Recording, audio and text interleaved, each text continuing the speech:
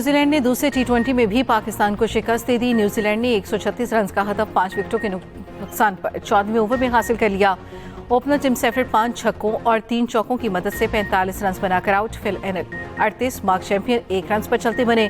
Darrell مچل 14، James Neesham 5 runs بنا کر out ہوئے۔ پاکستان کی جانب سے حارث رؤف نے 2 وکٹیں حاصل کی۔ محمد علی، خوشدل شاہ، جہانداد خان نے ایک وکٹ حاصل کی۔ Opener Tim Seifert man of the match قرار پائے۔ نیوزی لینڈ کو 5 میچوں کی سیریز میں 2-0 کی برتری حاصل۔ بارش کے باعث میچ 15 اوورز تک محدود کیا گیا تھا۔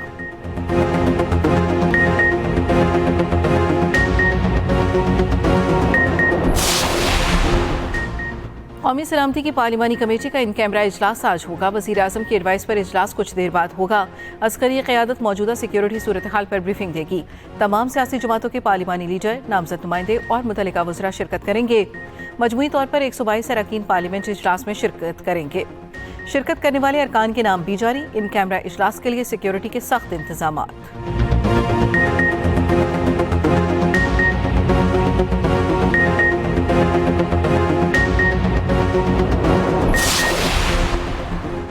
پی ٹی آئی نے سلامتی کمیٹی اجلاس میں شرکت بانی سے ملاقات سے مشروط کر دی۔ وزیر اعلیٰ خیبر پختونخوا کو سلامتی کمیٹی اجلاس میں شرکت کی اجازت دے دی۔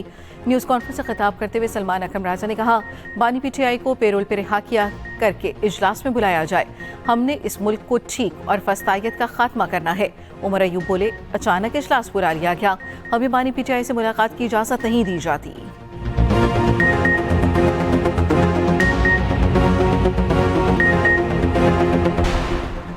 اسرائیل نے جنگ بندی معاہدہ توڑ ڈالا۔ غزہ میں سحری کرتے فلسطینیوں پر اسرائیل کے وحشیانہ حملے، خواتین اور بچوں سمیت 200 سے زائد افراد شہید، 150 زخمی۔ خبر ایجنسی کے مطابق غزہ میں سحری کے وقت اسرائیلی فوج نے 35 فضائی حملے کیے۔ وسطی غزہ کے دیر البلح میں 3 گھروں کو نشانہ بنایا گیا۔ خان یونس اور رفح میں بھی بمباری کی گئی۔ اسرائیلی فوج کا غزہ میں حماس سے تعلق رکھنے والے اہداف پر بمباری کا دعویٰ۔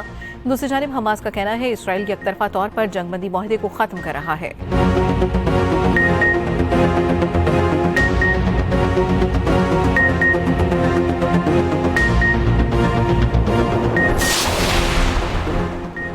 افغانستان سے پاکستان میں ہونے والی دہشت گردی کے خلاف کارروائی ترجیحی بنیاد پر کی جائے۔ اقوام متحدہ میں پاکستان کے مستقل مندوب منیر اکرم کا سلامتی کونسل سے مطالبہ۔ کہا، یہ حملے پاک چین تعاون سی پیک میں رکاوٹ ڈالنے کے لیے کیے جا رہے ہیں۔ سلامتی کونسل میں امدادی مشن برائے افغانستان میں مزید 1 سال کی توسیع کی قرارداد منظور۔ Army chief general Asim Munir سے Bahrain national guard of kingdom کے کمانڈر شیخ محمد بن عیسیٰ بن سلمان الخلیفہ کی ملاقات۔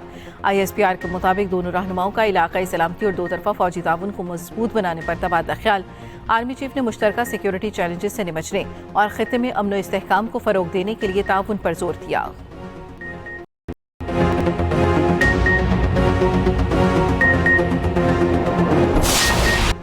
قائدآباد انٹرسیکشن اپریل تک مکمل ہو جائے گا۔ وزیر بلدیات سندھ سعید غنی کی میڈیا سے گفتگو۔ کہا، قائدآباد کا بڑا برج بنایا جا رہا ہے۔ دورے کا مقصد کام کی رفتار کا جائزہ لینا ہے۔ کینالز کے معاملے پر سندھ حکومت نے تب آواز اٹھائی جب کسی کو پتہ بھی نہیں تھا۔ ہر فورم پر کینالز کی مخالفت کی۔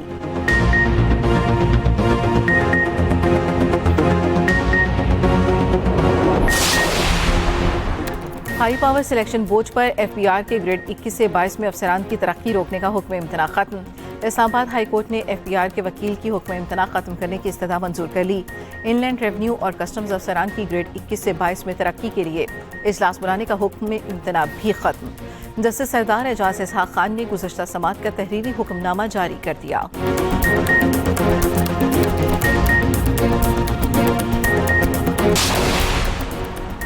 مصطفیٰ قتل کیس کے مرکزی ملزم ارمغان کے والد کی دھمکیاں۔ پروسیکیوٹر جنرل نے رجسٹرار انسداد دہشت گردی عدالت کو خط لکھ دیا۔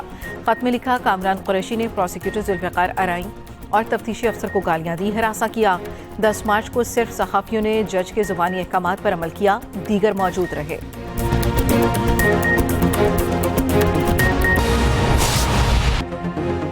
خبر، قومی سلامتی کی پارلیمانی کمیٹی کا ان کیمرہ اجلاس کچھ دیر میں شروع ہوگا۔ عسکری قیادت پارلیمانی کمیٹی کو ملکی سیکیورٹی صورتحال سے آگاہ کرے گی۔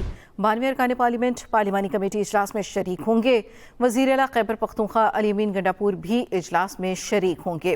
قومی سلامتی کی پارلیمانی کمیٹی کا ان کیمرہ اجلاس کچھ دیر میں شروع ہوگا۔ عسکری قیادت پارلیمانی کمیٹی کو ملکی سیکیورٹی صورتحال سے آگاہ کرے گی۔ تفصیل جانیں گے اپنے نمائندے خالد محمود سے، بتائیے گا خالد۔ دیکھیں جی، اب سے کچھ دیر بعد قومی سلامتی کمیٹی کا اجلاس پارلیمنٹ ہاؤس میں شروع ہو رہا ہے، اور اس اجلاس میں جو ہے وہ وزیر اعظم شہباز شریف بھی شرکت کر رہے ہیں، جبکہ آرمی چیف اور انٹیلیجنس اداروں کے سربراہان بھی اس اجلاس میں شریک ہو رہے ہیں، اور بلوچستان کی جو صورتحال ہے اس کے حوالے سے آج تفصیلی بریفنگ دی جا رہی ہے، خاص کر جو انٹیلیجنس اداروں کی جانب سے جو اقدامات کیے جا رہے ہیں اور جو سیکورٹی فورسز کی جانب سے اب تک دہشت گردوں کے خلاف جو کامیابیاں حاصل کی ہیں اس کی تمام تفصیلات سے آج ڈی جی ایم او جو ہیں وہ تمام ارکان پارلیمنٹ کو آگاہ کریں گے۔ 122 ارکان کو آج شرکت کی دعوت دی گئی ہے، اور اس کمیٹی میں تمام سیاسی جماعتوں کو شرکت کی دعوت تھی، لیکن پاکستان تحریک انصاف آج کے اجلاس میں شریک نہیں ہو رہی، جبکہ باقی جو حکومت کی اتحادی جماعتیں ہیں ان کے تمام ارکان آج کے اجلاس میں شریک ہیں۔ تمام وزرائے اعلیٰ اور تمام صوبائی گورنر کو بھی آج اجلاس میں شرکت کی دعوت ہے، لیکن جو پی پی کے وزیر اعلیٰ ہیں علی امین گنڈا پور، وہ بھی آج اجلاس میں شریک ہو رہے ہیں، بطور صوبے کی وہ نمائندگی اس اجلاس میں کریں گے۔ اس اجلاس میں جو کوشچن آور ہوگا اس میں بھی تمام ارکان پارلیمنٹ جو ہیں وہ سوالات کریں گے، جس کا آرمی چیف جو ہے وہ جواب دیں گے۔ اس کے علاوہ آج کے اجلاس میں ایک متفقہ پالیسی بنائی جائے گی جو دہشت گردی کے خاتمے کے حوالے سے ہوگی، اور پارلیمنٹ اس کی منظوری دے گی، یہ کمیٹی اس کی منظوری دے گی، جس کو فوری طور پر امپلیمنٹ کیا جائے گا۔ اس حوالے سے تمام سیاسی جماعتیں اپنی سفارشات، اپنی رائے اور اپنی تجاویز سے تمام شرکاء کو آگاہ کریں گے، اور اس کے بعد ایک جامع پالیسی مرتب کی جائے گی۔ جی ٹھیک ہے خالد، یہ بھی بتائیے گا اس موقع پر سیکیورٹی کے انتظامات کیسے ہیں؟